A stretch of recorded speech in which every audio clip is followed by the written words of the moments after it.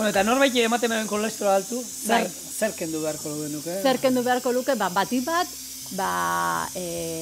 koipe asetuak.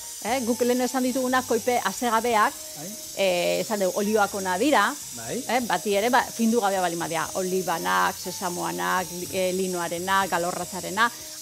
Fitoesterolak aipatu ditut, eta fitoesterolak esan dugu, landare munduan dauden kolesterola izango izateke, eta gure kolesterolakin lehiatu egiten dut, orduan kolesterola jetxi egiten du, ezta?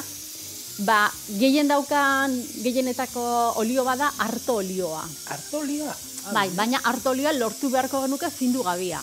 Ez dut ikusi nik, arto olioa. Bai, arto olioa da fitoesterol gehien duen oliotako bat. Eta gordinik jatekoa da, ez? Bai. Bai, gordinik hori. Beira, galdetu bat hori. Bueno, gaur egun nik ez dakit, belarden damaten galdetu eskero, seguruenik hornitzaile bat izango dutela lortzen dutena. Bai, eta gero daukagu ezate duguna, aguakate ogona da, intxaurra, fruto lehorrak ona dira, koipe hoiek ona dira, koipe dira, baina koipe onak. Onak, bai. Eta arrainaren koipiare asegabea da. Bai.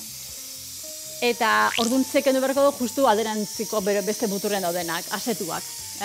Aragia, aragigorria, gutxiago, aragitxuriak izango litzateke, oi askoa eta olakoak ondo.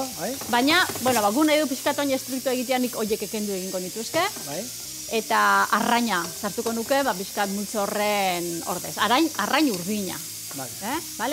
Eta gero, esteletiak.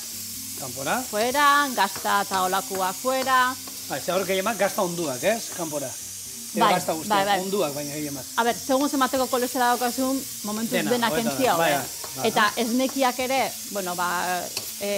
desnatatuak edo gaingabetuak hartu lehizke, edo bestelanik izango luke denboraldi baten kentzia, eta bidez, lehen egin dugun moduan, soja jogurra erabiltzen bali madeu, soja jogur bat erabiltzen bali madeu, sojak ez lehen aipatu dugun olio horiek bezain beste fitoesterol, baina baditu fitoesterolak ere.